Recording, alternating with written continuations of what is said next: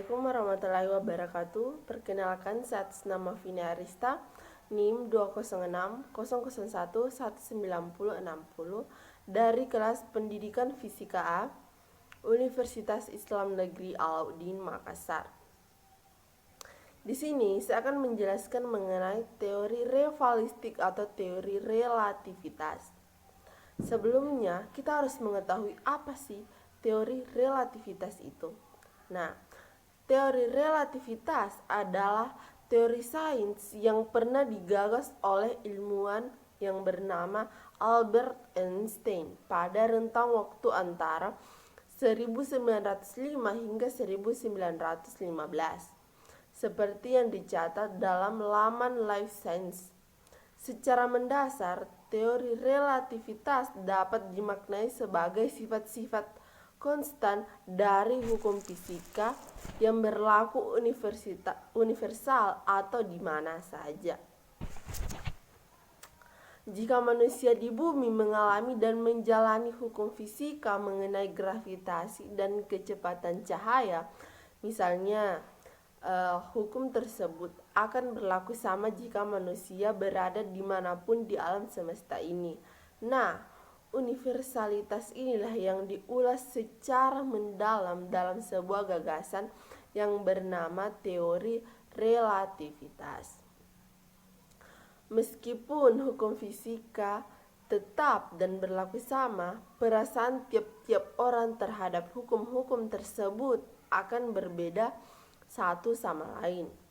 Misalnya, jika si A sedang menumpangi sebuah wahana dengan kecepatan yang sangat tinggi, maka si A akan merasa bahwa waktu yang ada di sekitarnya itu menjadi lambat. Padahal orang-orang lain yang berada di luar wahana tersebut merasa waktu berjalan sama saja seperti biasa. Secara nyata, hukum fisika mengenai waktu sebetulnya tetap.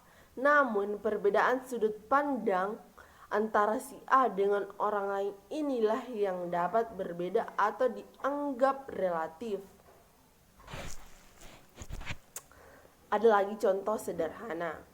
Jika si A melakukan sesuatu yang ia senangi, maka waktu itu seakan-akan bergerak lebih cepat. Sedangkan jika ia melakukan hal yang tidak disukai, maka ia merasa waktu itu berjalan sangat lambat. Nah, di sini kamu bisa paham kan? Secara mendasar, konsep relativitas menjelaskan tentang universalitas hukum fisika atau hukum fisika akan berlaku sama dimanapun meskipun kamu berada di ujung alam semesta. Namun, cara pandang kamu terhadap kejadian di sekitarmu yang membuatnya berbeda. Itulah yang disebut dengan relatif. Secara mendasar, ada dua jenis konsep mengenai relativitas.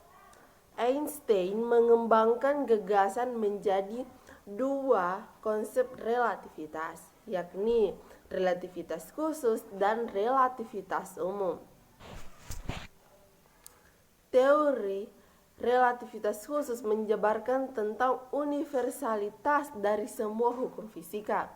Misalnya, kecepatan cahaya yang akan bergerak dengan kecepatan yang sama atau konstan bagi semua pengamat.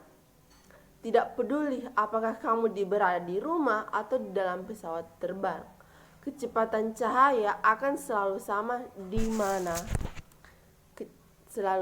dimanapun. Ini membuktikan bahwa hukum fisika juga ternyata berlaku konstan di mana saja. Dalam relativitas khusus, segala konsep alam dijabarkan melalui sebuah kerangka model yang dinamakan inersia, yakni sebuah kerangka acuan yang akan menganggap hukum fisika bekerja secara konstan di mana saja.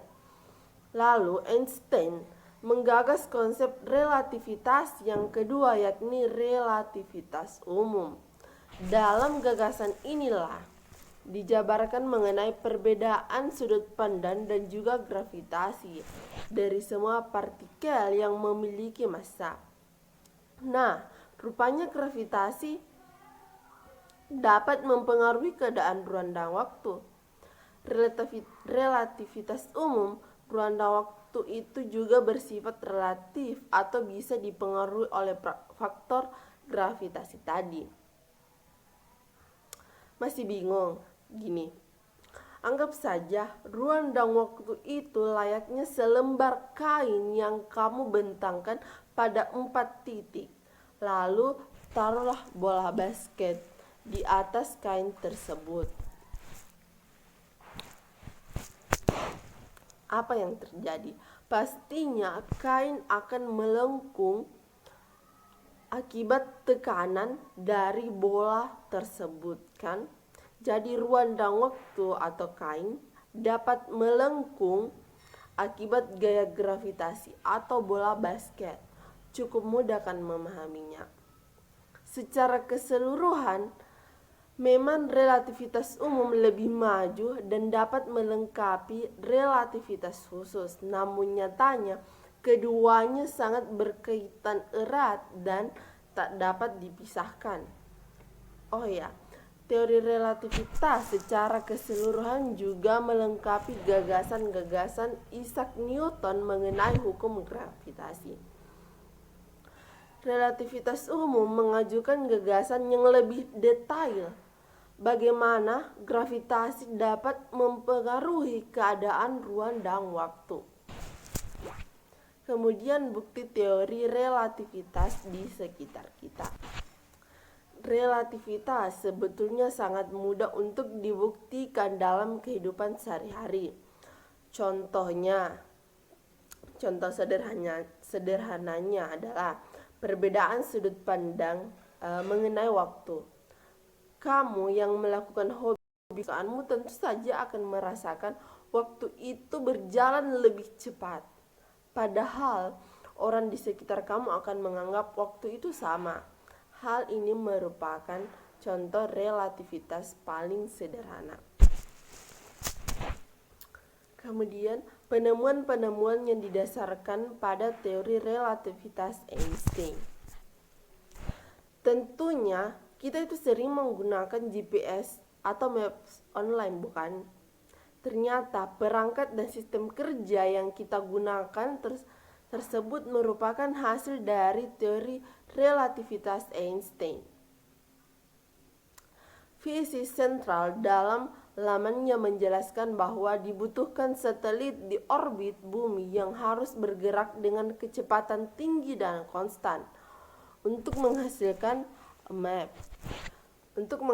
map digital dengan titik lokasi yang presisi dan akurat. Ini membuktikan bahwa ada perbedaan waktu relatif antara luar angkasa dengan bumi secara umum. Jika ilmuwan tidak memasukkan relativitas sebagai pertimbangan utama, sudah pasti GPS atau map online tidak akan bekerja dengan baik. GPS dan navigasi tentu sangat dibutuhkan oleh pesawat, kapal, dan segala hal yang berkaitan dengan transportasi. Tidak bisa dibayangkan jika navigasi atau GPS salah dalam menemukan titik lokasi. Pastinya akan meningkatkan resiko kecelakaan fatal yang membahayakan nyawa banyak orang. Bukan hanya GPS dan navigasi, hampir semua hal yang berkaitan dengan ilmu kimia juga tak lepas dari konsep relativitas. Misalnya, pembentuk unsur-unsur merkuri. Relativitas ada di sana sebagai konsep logis akibat massa dan percepatan unsur kimia. Mungkin sekian yang bisa saya jelaskan, lebih dan kurangnya mohon dimaafkan karena saya juga masih belajar. Kita di sini sama-sama menggali ilmu. Sekian dan terima kasih. Assalamualaikum warahmatullahi wabarakatuh.